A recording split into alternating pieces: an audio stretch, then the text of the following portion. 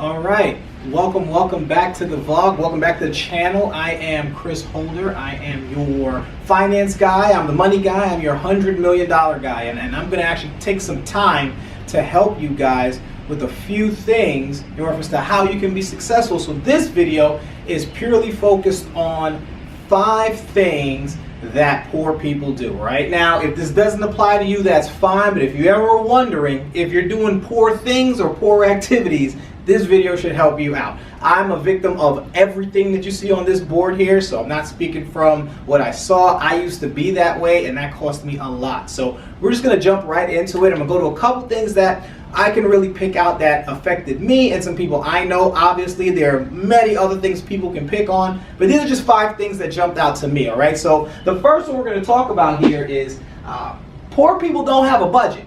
Okay, so one of the things that I never did is I never had a budget. I never really looked at my numbers. I never knew how much was going out, how much was coming in. So I was always spending. And at the end of every month, I'd feel like, hey, I don't have enough. Hey, I don't know where the rest of this money is coming from. But I felt like I was making enough.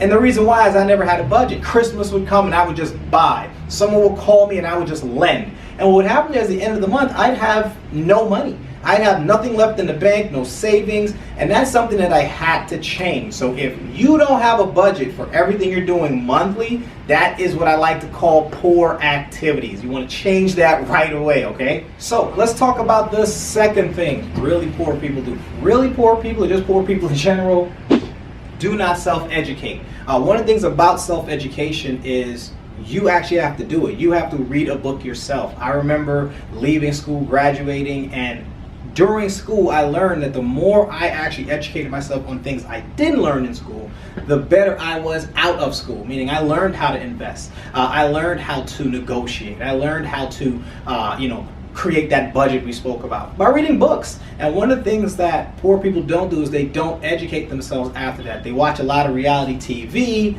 they watch other shows and movies, so they waste a lot of time instead of using that time to educate themselves in an area that can either generate them some money or in an area that can move them forward. All right, so let's talk about the third thing. Let's talk about number 3 here.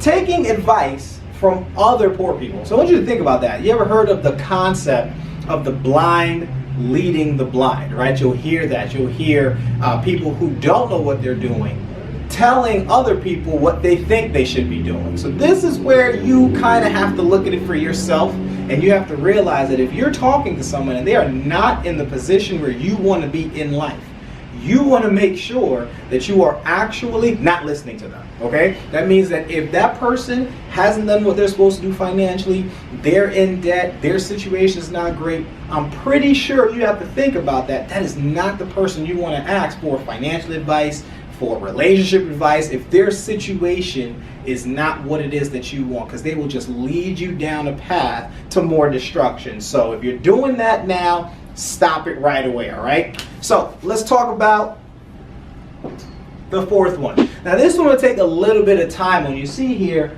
poor people use credit for things they should be paying with cash. Let's talk about the holidays for a second. What a lot of poor people do is they want to buy their kids or their family members the best of the best, right? But they don't have the cash to pay for it. So what do? They actually take their credit card that they got maybe a ridiculous interest rate on, but because they see they have this great credit limit, they use their credit card. So they start charging PlayStations, and they start charging sneakers, and they start charging flat screen TVs because they're on sale. All these things because they believe this is what they need to do. And the problem is they then say, I'm going to pay this off after, okay? So for the holidays, I'm doing this, family's going to be great, and I'm going to pay it off later. But here's the one thing that a poor person is not thinking about: the interest rate. That means that you could be carrying around a card that has a 20% interest rate. I've seen cards as high, believe it or not, as 51% interest rate. And literally, I couldn't believe it when I saw it. But there are cards that are high, but most people aren't reading the fine print. So they don't know that of all the money that they're actually spending, they're going to have to then pay on top of that every month that they carry a balance another $200 to $300 in some cases, $400 in some cases, really depending on the balance that is. So most people have thousands of dollars that they've put aside, not put aside, but they have in a credit card, and they're not paying big interest on that. And you don't want to carry an interest. You don't want to take that over time. My recommendation for you is to not purchase that with a credit card. If you do not have the cash, do not put yourself in a situation where you're going to start building up this debt that's going to carry and carry. When a real emergency comes up, you can't use that card for what you're supposed to use it for. Okay, so let's jump into the last of the 5. And you'll see here it talks about focus. Poor people focus on buying things that they want, not things that they need. Okay, one of the things with poor people is poor people buy things based on emotion. So I don't feel good today, so I'm going to buy something. Shop therapy, as some people call it. So they go out and they put themselves in debt. They waste funds that in a lot of cases they don't have, just so they can feel good. And then what we do as human beings is we take information and situations and we validate why it's important or why we should or shouldn't do it. So we'll say, you know what, the reason why I'm going to do this is because this is better for me to do blank, blank, blank. The reason I'm going to do this is because of this. So you want to make sure that you take the time to focus on actual needs. Hey, I need to buy this right now, instead of, oh, I just want to buy a new jacket. I just want to buy a new pair of shoes. I just want to buy a new this. Because those habits will take you to the broke town. You will become broke. You will continue to struggle. And then when you start reaching for help, you start asking other people for things that you can or can't get, they don't have it either. So you're both going to be sitting there thinking about all the nice stuff that you've bought that you don't really use anymore,